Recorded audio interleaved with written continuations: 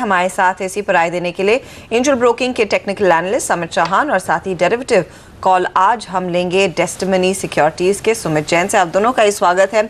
एक बहुत strong move देखने को मिला है ग्लोबल मार्केट से का पूरा असर आप कह सकते हैं कि भारतीय बाजारों पर, लेकिन समित इस लंबे वीकेंड में जाते जाते क्या तेजी की पोजीशन कैरी करना ठीक रहेगा या फिर आज एक बार प्रॉफिट बुक करके जाएं? Good afternoon Priyanka. देखिए, अब लास्ट 2 वीक से हम जो देख रहे हैं वो हमें लग रहा है कि एक अच्छी खासी रैली के बाद एक कंसोलिडेशन फेज जो होना चाहिए था वो है मार्केट में। 2 तरह के हम करेक्टिव फेज देखते हैं, एक प्राइस वाइज होता है, एक टाइम वाइज होता है, और हम फिलहाल जो लास्ट 2 वीक से एक्सपीरियंस कर रहे हैं वो क्लियरली एक टाइम वाइज करेक्टिव फेज है।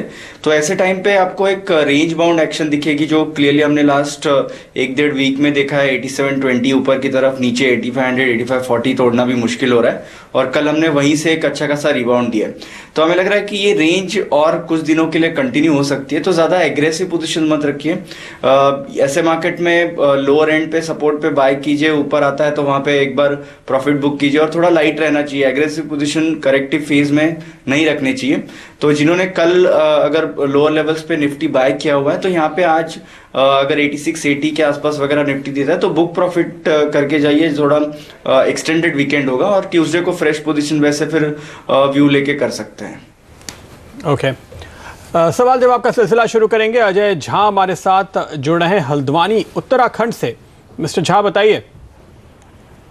एक्चुअली मेरे पास जुबिलेंट फूड का 1224 के 200 शेयर है।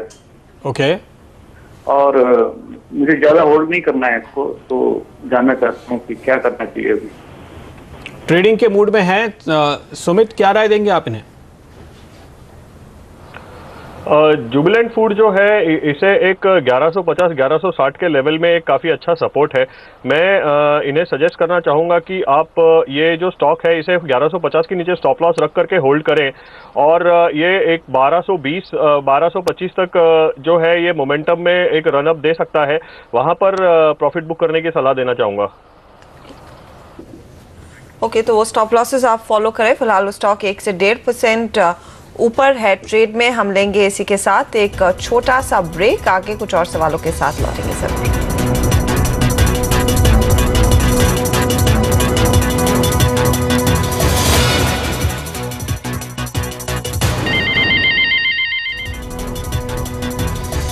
सुशील ढिल्लन हमारे साथ लाइन पर है, कथियाल हरियाणा से, कैथल हरियाणा से। पूछिए अपना सवाल ढिल्लन साहब। मैडम मैंने स्टॉक ले रखा है JKIL का। जय कुमार इंफ्रा, ठीक है। लेवल्स पर जी 225 के रेट पे 300 की क्वांटिटी के। आपको फिलहाल तो 85 रुपए प्रति शेयर का नुकसान हो रहा है। तो आपने ये स्टॉक ऑब्वियसली पीक पर लिया है, कितना टाइम देने को तैयार हैं आप इसे? मैडम 3-4 महीने मंथ दे सकता हूँ। 3 से 4 महीने का नजरिया। समित, क्या वाकई में ये स्टॉक आगे इनको फायदा दिलाएगा? इन्होंने एक तो स्टॉप लॉस भी नहीं लगाया, 225 की खरीद है ये। हर्षदा, अनफॉर्चुनेटली यहाँ पे ज़्यादा कुछ ऐसे एनकरेजिंग साइंस दिख नहीं रहे।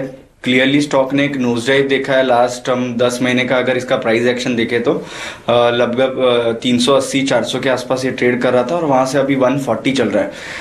भले इनका 3-4 महीने का व्यू है, मेरे ख्याल से जब तक ये स्टॉक 160 के ऊपर सस्टेन नहीं हो पाता है तब तक इसमें कोई डिसेंट बाउंस दिखेगा नहीं।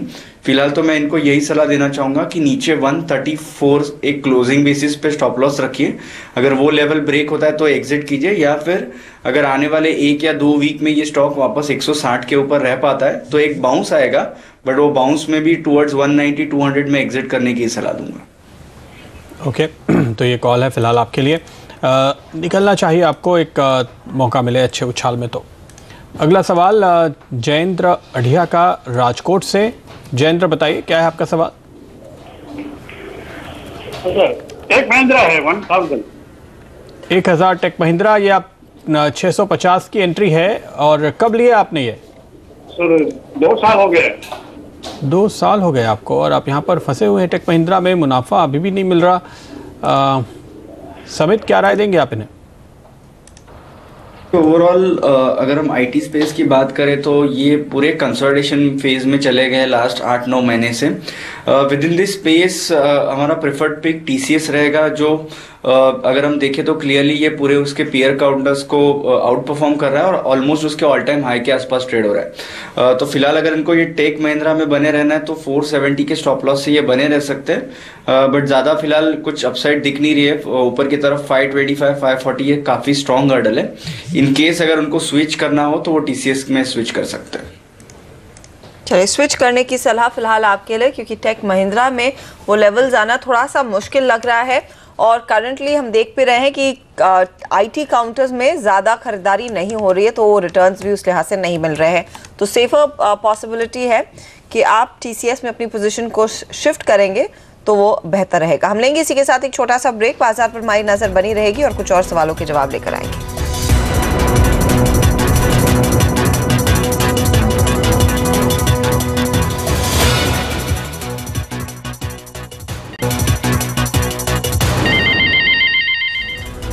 सन फार्मा के नतीजे आ गए हैं और इस तिमाही हमने देखा एक शानदार क्वार्टर रहा है। 2034 करोड़ का मुनाफा, जहां पर हम उम्मीद कर रहे थे कि करीब 1894 करोड़ या फिर 1880 करोड़ के आसपास रहेगा, तो प्रॉफिट हमारी उम्मीद से कहीं बेहतर। साथ ही साथ आय भी आप देखिए, हमारा अनुमान था 7877 करोड़ के आसपास का वो फिगर देखने को मिलेगा, लेकिन आय के लेवल पर भी हम देख रहे हैं आउट परफॉर्मेंस है। 8243 करोड़ का ये आंकड़ा साफ नजर आया है। बिट्टा लेवल आप देखेंगे यहाँ पर भी बेहतर प्रदर्शन देखने को मिला है, 1% तक की तेजी। अब मार्जिन हम उम्मीद कर रहे थे कि 32% के रहेंगे, 35% पर वो मार्जिन आते हुए बहुत स्ट्रॉन्ग क्वार्टर है और अनुमान यही था कि यूएस मार्केट से वो सेल्स ग्रोथ आता हुआ दिखाई देगा। वो ब्रेकअप आपके लेकर आएंगे कि किस ज्योग्राफी में अच्छी तेजी बनी है बेहतर आंकड़ों के लिए। हमारे साथ गौरांग शाह लाइन पर जुड़ रहे हैं। गौरांग, एक बहुत स्मार्ट क्वार्टर रहा है और मजबूत तिमाही रही है। इन नंबर्स पर आपकी क्या टिप्पणी होगी? 2034 करोड़ का प्रॉफिट और आय भी हम देख रहे हैं अच्छी खासी बढ़ती हुई 8243 करोड़ पर। शुक्रिया Arshada, good afternoon to you. तो हमारी जो कवरेज है उस पर और भी हमें भरोसा कायम हुआ है इस नतीजों के बाद। खरीदारी की कवायद हम काफी लंबे समय से कर रहे थे अर्शदा, और कहीं ना कहीं हमें महसूस हो रहा था कि जो भी नकारात्मक परिस्थिति सन फार्मा को और क्रैनबैक्सी के मर्जर को लेकर के या विलय को लेकर के हुई थी, या फिर जो भी यूएस एफडीए के कंसर्न थे, यूके ड्रग रेगुलेशंस के थोड़े बहुत कंसर्न थे, अब परिस्थिति थोड़ी धीमे धीमे और एक सिस्टमैटिक तरीके से सुधरती हुई नजर आती है हमें। आसार अच्छे हैं जो आंकड़े आए हैं, और अगर यही रन रेट रही अर्शदा तो मेरे ख्याल से जो हमारे लक्ष्य हमने निर्धारित किए हैं उसको ऊपर के तरफ ले जाने में किसी भी तरह की कठिनाई हमें नहीं होगी। इस स्तर पर भी अगर किसी को निवेश करना है और नजरिया लंबी अवधि का है तो हम इसकी कवायद बिल्कुल करेंगे। ओके, इनफैक्ट मार्केट को अच्छे नतीजों की उम्मीद नहीं थी और हमने देखा कि नतीजों के पहले करीब हफ्ते भर एक अच्छा खासा करेक्शन ही स्टॉक में आता हुआ दिखाई दिया था। आज भी नतीजों के बाद लेकिन ऐसा कोई स्पाइक नज़र नहीं आ रहा। मंदी के ट्रेडर्स बहुत तनाव में नहीं दिख रहे हैं नंबर्स को देख करके, ये हम कह सकते हैं ज़रूर गौरांग। जी हाँ बिल्कुल प्रदीप, और मेरा ये मानना है, और काफी लंबे से जब ये स्टॉक 800 के नीचे भी लुढ़का था तब हमारी खरीदारी की राय बरकरार थी, और हमने ये माना था कि जो भी हलोल प्लांट को लेकर के मुद्दे हैं उसको सुलझने में समय लगेगा, ऐसा नहीं है कि नामुमकिन है। तो ये हलोल प्लांट का भी अगर बहुत जल्द किसी भी तरीके से निर्णायक रूप में और सक्सेसफुली रेजोल्यूशन हो जाता है तो मैं मानता हूं कि जो भी सहारा सन फार्मा को हलोल प्लांट से मिलता है, खास करके एक्सपोर्ट मार्केट और इंजेक्टेबल्स को लेकर के, तो सूरत हाल और भी सुधरती हुई आपको नजर आएगी। थोड़ी असमंजस परिस्थिति है, डिटेल आंकड़े भी और भी बने। हम ढूंढ नहीं पा रहे हैं कोई वजह यहाँ पे।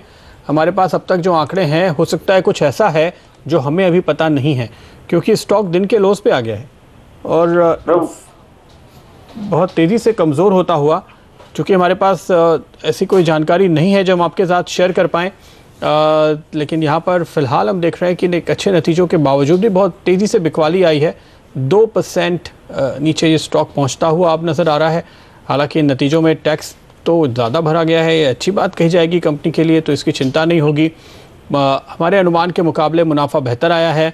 लेकिन उसके बावजूद इस स्टॉक पे बहुत ही ज़बरदस्त दबाव बनता हुआ फिलहाल दिखाई दे रहा है। हर्षिता, आप कोई और डिटेल्स देख पा रहे हैं? प्रदीप, इनफैक्ट कोई ज़्यादा डिटेल नहीं है, बस यही फिगर शायद बाजार को थोड़ा सा पहले डरा रहा था, स्पेशली जब टैरो के नंबर्स आए थे, और उसका कितना रिफ्लेक्शन है यहाँ पर, स्पेशली नंबर्स में उसकी झलक नहीं दिखाई दे रही है। तो शायद कुछ एक हिडन फैक्टर है जो ऑफ कोर्स हम ढूंढने की कोशिश करेंगे और हमारी रिसर्च टीम की ओर से वो निकलवाएंगे।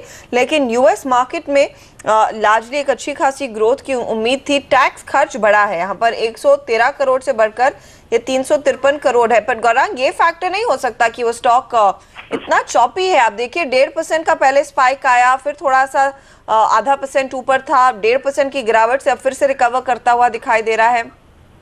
हर्षिता, अगर नजरिया लंबी अवधि का है तो ये जो उठापटक हो रही है उस पर ज्यादा आपको ये भरोसे को कमजोर नहीं होना चाहिए, ना ही डगमगना चाहिए। और अगर 800 के नीचे फिर से आता है तो मैं फिर दोहराना चाहूंगा कि हम खरीदारी की राय बिल्कुल देंगे।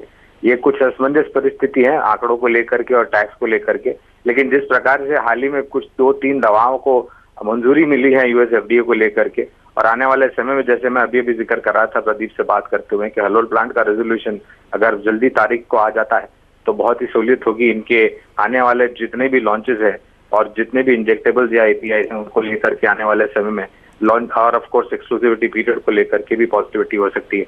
मैं बाजार ये जो उठापटक हो रही है उसको मैं ज्यादा अहमियत नहीं देता। मैं लंबी अवधि के नजरिए से आकलन करता हूँ हर्षदा, और हर एक निचले पड़ाव पर मैं मौके ढूंढता हूँ लंबी अवधि के लिए निवेश करने। बिल्कुल, आपको ये भी बता दें कि यहाँ पर आप जो एक बहुत ही अच्छा खासा तगड़ा उछाल देख रहे हैं, उसके पीछे वजह यह है कि हमने पिछली बार इसी क्वार्टर में करीब 700 करोड़ रुपए का एक एक्स्ट्राऑर्डिनरी आइटम देखा था। इस लिहाज से आपको मुनाफा कुछ 4 गुना होता हुआ दिखाई दे रहा है। हालांकि हम कंपेयर कर रहे हैं अपने अनुमान से, तो वहाँ भी हमारे अनुमान के मुकाबले में बेहतर नतीजे ही आते हुए नजर आए हैं। स्टॉक काफ़ी वोलेटाइल है, हालांकि ट्रेडर्स फिलहाल शायद तय नहीं कर पा रहे हैं किस तरफ की पोजीशन लेनी है और इस नतीजे पर कितने ज़्यादा खुश होने का मौका है। लेकिन गौरांग कह रहे हैं कि आपको यहाँ पर खरीद का मौका देखना चाहिए। गौरांग, आपके कोई डिस्क्लोजर्स पे? अभी मजा है ना? हाँ, मैं खुद कंफ्यूज हो रहा हूँ। ओके, तो फिलहाल यहाँ पर गौरांग की राय तो पॉजिटिव दिख रही है, लेकिन नतीजे और डिटेल्स पर हम नजरें बनाए रखेंगे।